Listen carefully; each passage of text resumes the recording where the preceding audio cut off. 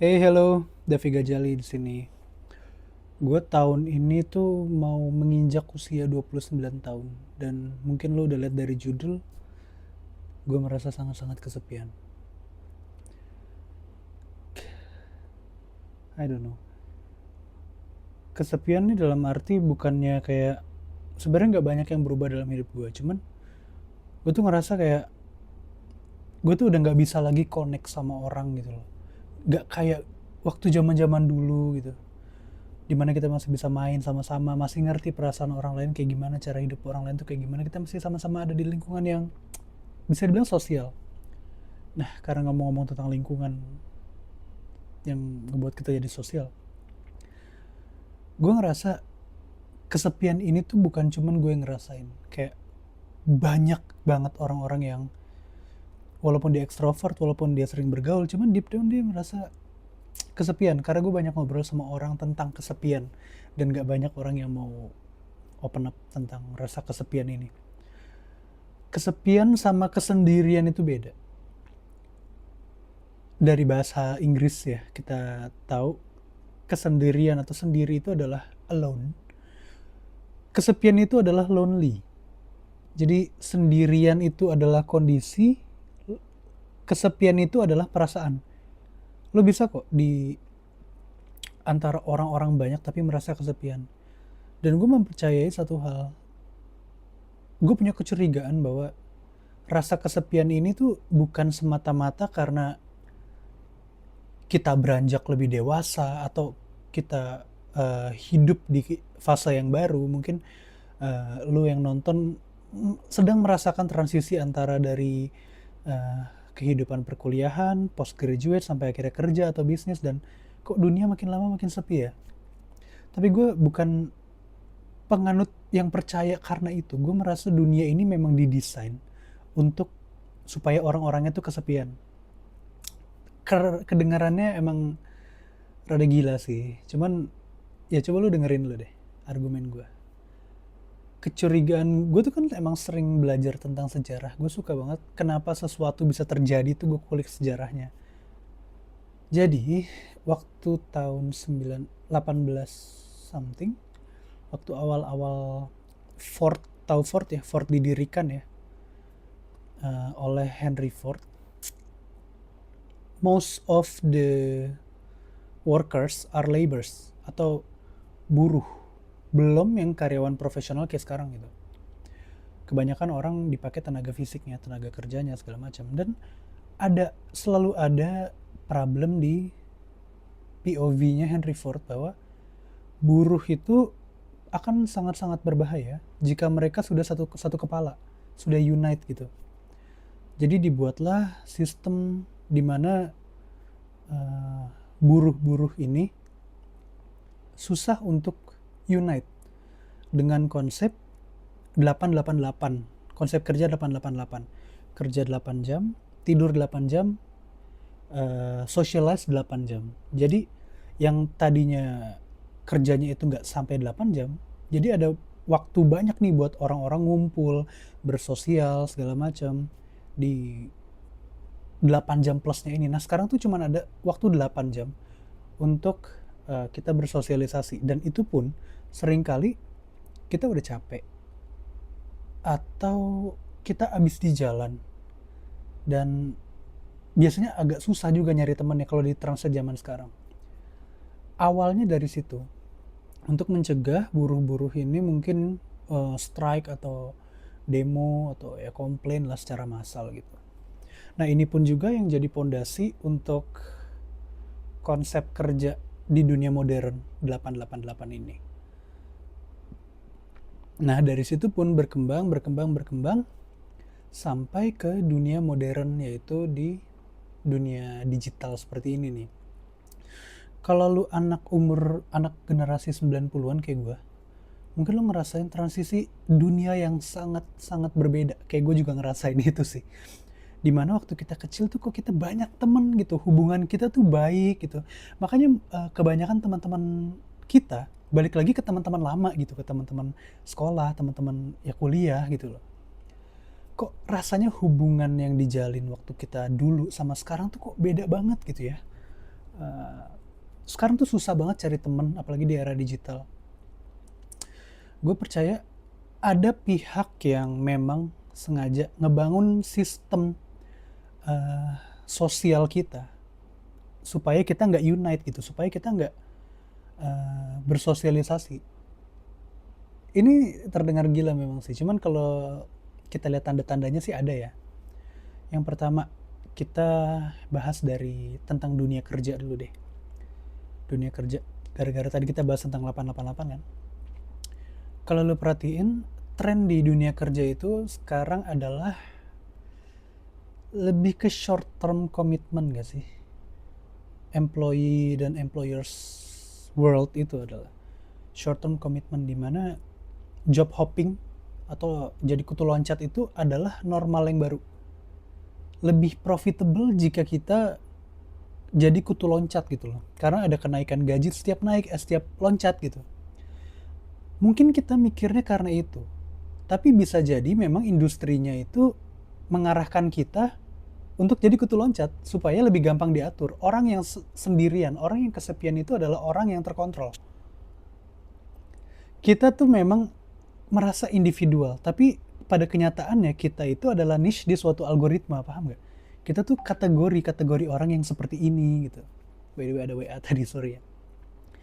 Sehingga itu lebih mudah dikontrol. Konsep-konsep pekerjaan itu sekarang juga agak jarang orang yang bisa tahan lama di suatu perusahaan. Kenapa? Kalau orang tahan lama di suatu perusahaan, lama-lama dia akan akrab dengan kiri, kanan, jadi nggak efektif. Prinsipnya itu adalah karyawan yang produktif adalah karyawan yang kesepian, atau karyawan yang kesepian itu adalah sebenarnya karyawan yang produktif gitu. Long term work digantikan oleh kontrak jangka pendek, outsource, freelance, project base. Itu yang sering kita temuin sekarang kan. Itu dari dunia workforce gitu. Terus dari lingkungan juga, kayaknya rasanya makin sedikit ya tempat-tempat yang dimana kita bisa bersosialisasi dengan utuh gitu loh. Kalau lu ke kantor sering commute, naik kereta gitu ya, lu akan lihat sangat-sangat banyak orang yang gak saling connect, somehow gak saling connect. Atau lu ke masjid deh, atau lu ke tempat ibadah deh. Kalau di agama gue ya ke masjid. Kita memang di sana untuk beribadah, tapi gak ada hubungan, bukan gak ada ya, gak terasa hubungan yang erat gitu antara komunitas agama di dalam satu tempat ibadah itu, kalau menurut gue ya. Karena kok ada rasa yang aneh ketika kita mau ngobrol, ketika kita mau buka obrolan gitu loh. Kita pun juga kayak perlahan kehilangan kemampuan untuk nahan obrolan supaya lama, supaya intim, supaya lebih intens gitu. Itu dari lingkungan. Dan sekarang juga rising banget konsep third space. Tahu third space nggak? Third space itu adalah konsep tempat ketiga, di mana itu bukan rumah, di mana itu bukan tempat kerja. Jadi ini adalah tempat ketiga, di mana kita bisa bersosialisasi, bisa commute, bisa ngobrol-ngobrol, bisa ketemu banyak orang. Contoh, gym, cafe, coworking space, terus juga kayak kalau di digital itu online coaching, community, productivity group, dan segala macam ya. Dan itu yang ngebuat gue merasa ini tuh di engineer. Ada yang untung dari rasa kesepian kita. Karena third space ini dulunya tuh gratis gitu loh. Kita kalau mau berkomunitas, mau bersosialisasi, membangun hubungan dengan orang sekitar kita, free dulu. Free. It's totally free. Kita mau ke taman, kita bisa ngobrol sama banyak orang. Kita mau ke, tempat ibadah. Di tempat kerja, di mana kita dulu punya long term kontrak yang kita bisa jangka panjang, punya teman coworker yang banyak. Sekarang tuh kayak, gue ngerasa kita mau ngebangun hubungan sama teman kantor kita tuh takut kontraknya dia pendek, atau takut kayak bentar lagi dia juga cabut, atau gue juga cabut bentar lagi.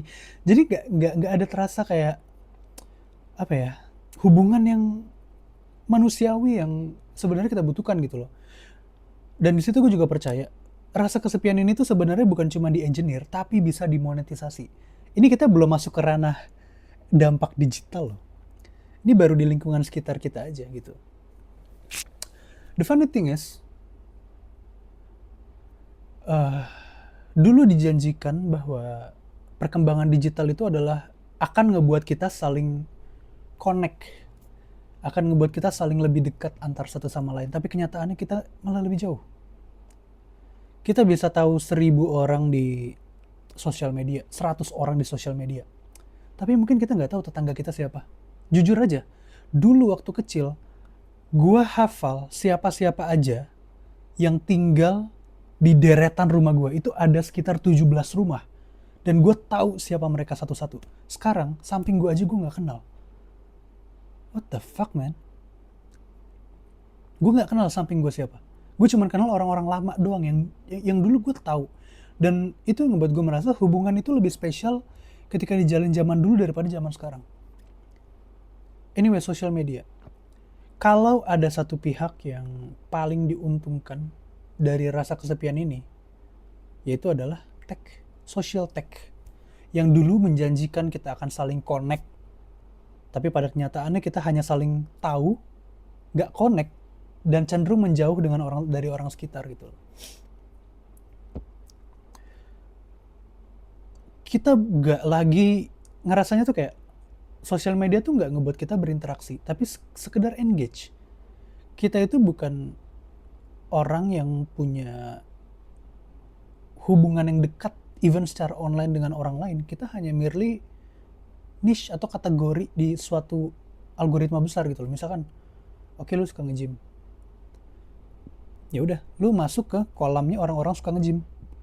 Nanti kolam ini akan dimonetisasi sama platform, dimana kita akan disuguhi oleh konten-konten yang kita suka, yang kemungkinan kita engage. Dan bentuk engagementnya itu kayak apa sih? Paling kayak komen, wih mantap, atau justru ngekritik, atau justru kayak ngehujat segala macam. Again, bandingin sama era-era awal sosial media ya. Kalau mungkin lu seumuran gua atau nggak jauh beda, pasti lu ngerasain awal-awal sosial media itu masih terasa seperti interaksi dunia normal, kayak kita melakukan sesuatu di dunia normal tapi kita bawa ke digital. Contoh kayak Twitter zaman dulu. Twitter zaman dulu itu rasanya masih gimana ya? Kita masih menghargai teman kita. Teman kita nge-tweet apa, kita retweet. Padahal tweetnya mungkin paling aduh capek Kita bisa retweet segala macam. Lu di mana? Segala macam gitu loh. Instagram juga. Dulu waktu awal-awal Instagram, waktu logonya masih coklat ya, tiap teman gue ngepost, pasti gue like gitu loh. Wih, temen gue ngepost. Atau komen gitu, apa kabar lu? Sekarang tuh, I don't even follow my friends on Instagram gitu loh. Unless they follow me and, oh iya gue punya teman ya, gue follow back baru. Dan wajar, karena menurut gue hal-hal itulah yang ngebuat kita makin dan makin merasa kesepian. Karena pertama, rasa kesepian itu adalah terkontrol. Yang kedua, rasa kesepian itu adalah komoditas. Yang ketiga, rasa kesepian itu adalah industri miliaran dolar, bahkan triliunan dolar kalau lu tahu. Kalau lu pikir-pikir ya, dulu kita nyari pacar gimana sih? Cinlok di sekolah, ada komunitasnya gitu di sekolah. Kita ngobrol satu sama lain, kita cinlok, kita pacaran, kita ya saling menyayangi sebagai teman di sekolah gitu. Sekarang gimana cara lu mendapatkan cinta? Gimana cara dapat pasangan?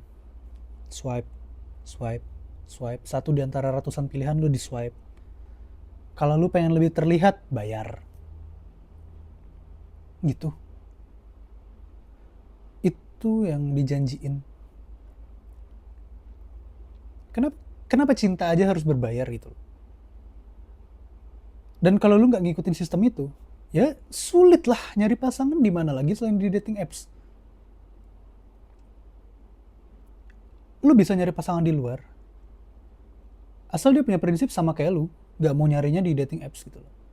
Meskipun kita ketemunya di luar, tetap mungkin hidupnya juga sama-sama yang berdasarkan standar-standar di digital. Ngerti gak sih yang gue omongin?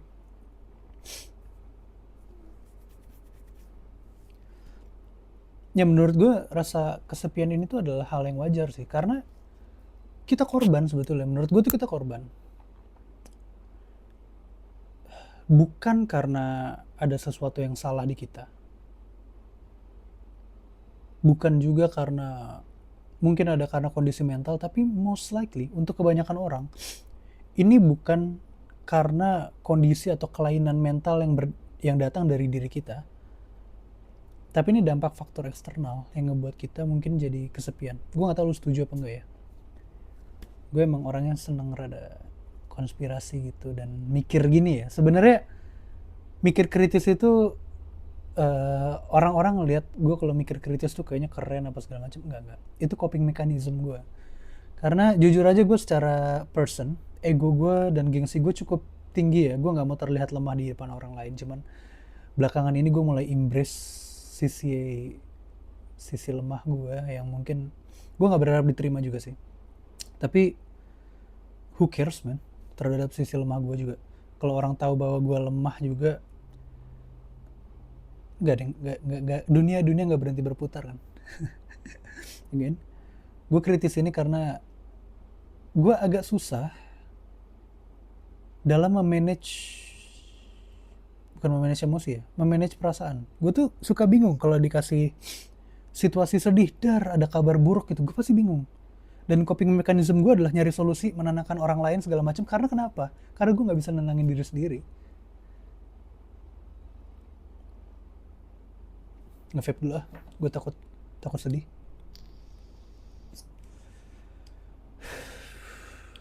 I don't know. Gue berharap sih dengan gue yapping atau ngevlog kayak gini lo jadi punya ya sosok teman lah. Gue juga berharap lo yang nonton ya kalau lagi ngerasa kesepian ya inget aja, gue di sini juga mungkin merasanya sama kayak lu dan mau juga jadi teman lu. Ya kayaknya kita memang harus mulai ada pergerakan sosial baru ya. Kita terlalu difokuskan dengan mungkin politik, ekonomi, dan kerasnya hidup, gimana caranya jadi kaya, gimana caranya jadi sukses. Tapi kita lupa gitu loh, kita tuh berada di dunia yang harusnya sosial.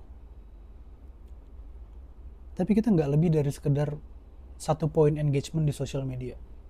Atau kita nggak lebih dari sekedar kategori pasar. Atau kita nggak lebih dari sekedar tenaga ahli yang bisa dikontrol. Gue rindu masa-masa dulu.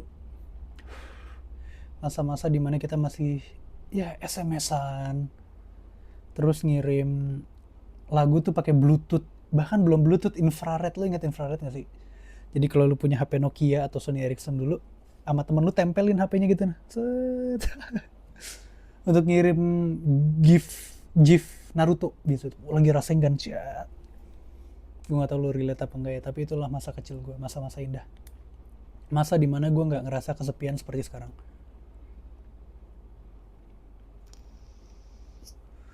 Kita punya temen.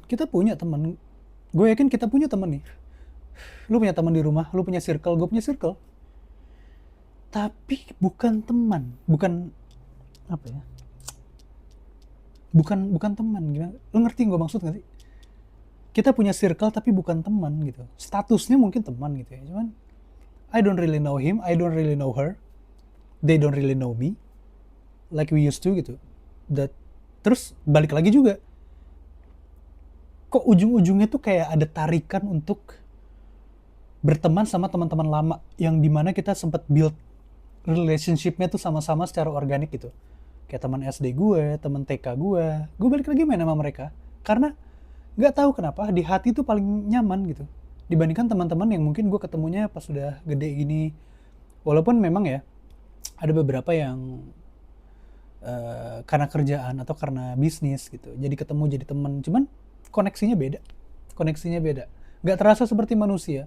Rasanya seperti akan ada timbal balik di setiap percakapan. Rasanya setiap percakapan tuh kita mengharapkan sesuatu yang baru gitu. Lain kayak waktu sama temen SD gue nggak berharap apa-apa kalau ketemu mereka. Kayak I'm glad you're alive, and dia mungkin glad juga gue masih hidup gitu. Ya kita mungkin bisa nggak bicara sama sekali, tapi kita bisa saling ngerasain. Lain sama di social media. I think social media itu bukan social media, karena social media itu syaratnya adalah sosialnya. Gue ngerasa ini cuman media platform distribution. Karena sosial itu ada jeda, ada hening, ada tatapan, ada frekuensi, ada vibe. Di so-called social media gue nggak ngerasain itu. Gue ngerasain kayak, oke, ini orang bikin konten tanpa jeda, tanpa real connection. Dar dar dar dar dar dar. Kita diikat dengan hormon dopamin kita. Tiap 3 detik ada hook, tiap 3 detik ada hook. Bahkan ilmu-ilmu konten aja tuh lu diajarin untuk ngehook orang gitu. So, social media isn't social media, it's just media. Karena it takes social to be social media. It's in the name, ada di namanya. Social media harus ada sosialnya. Sebenarnya gue nggak mau menyalahkan sistem ini sih. Kita juga yang suka sama sistem ini. Buktinya kalau kita nggak suka, sistem ini nggak mungkin berjalan. Make sense gak? Wah, gue nggak suka nih sama ini segala macam. Facebook bangkrut lah bos. Friendster bangkrut, MySpace bangkrut karena nggak suka orang-orang, udah nggak relevan. Cuman kita suka sama ini. Tapi sebenarnya kita nggak suka. Kita dibuat untuk suka. And that's dangerous. Gue nggak ngerti masa depan manusia tanpa real human connection kayak gini tuh kayak gimana ntar. Umur gue masih 28, tahun ini 29. Gue gak tahu ketika umur gue 50 dunia bakal kayak gimana. Apakah makin kesepian? Apakah digital atau tech ini runtuh dan akhirnya kita balik ke normal? I don't know. Dan kita mau protes, kita mau demo pun juga kayak gimana gitu loh. Karena di dunia yang menganggap, atau sistem yang menganggap kita ini adalah bagian dari suatu kategori, kita sebenarnya nggak belong dimanapun. Nggak ada komunitas yang benar-benar kita perjuangkan gitu. Contoh, ketika zaman dulu, ini bukan hipotesa, ini kayak perumpamaan contoh aja ya. Misal gue aktif di lingkungan masjid gue, terus masjid gue ada ngobrak-ngobrik, I will die for my community. Karena cuma itu yang gue punya dan gue belong di situ. I will die for my family, I will die for my social circle. Karena ada human connection, real connection di situ yang telah diinvestasikan sama gue, dan mereka menginvestasikan balik ke kita, ke gue. Sekarang apa yang mau gue bela? Keluarga doang. Oke, gym gue dihujat nih. Gue tempat nge-gym di yang depannya F, belakangnya L, tengahnya T gitu. Dihujat abis-abisan sama orang. Itu community gue, tapi apakah gue bakal ngebela? Gak. Tinggal pindah gym. Gue aktif di Instagram. Gue aktif di TikTok. TikTok dibilang sarang monyet, isinya orang-orang bego. Padahal gue ngebangun personal branding tuh dari TikTok gitu. Apakah gue akan bela TikTok sampai mati? Gak. Gak ada real human connection di sana. Kenapa gue harus membela ini sampai mati? Cuman kalau keluarga gue dihina, gue rela mati buat merebut kembali martabatnya gitu. Karena I belong there. Ada human connection yang diinvestasikan di sana. So, kalau lu lagi ngerasa kesepian, ini bukan salah lu. Ini bukan salah lu. Kita semua punya perasaan yang sama. Kita ngerasa kesepian juga. Mungkin beberapa nggak tahu kenapa.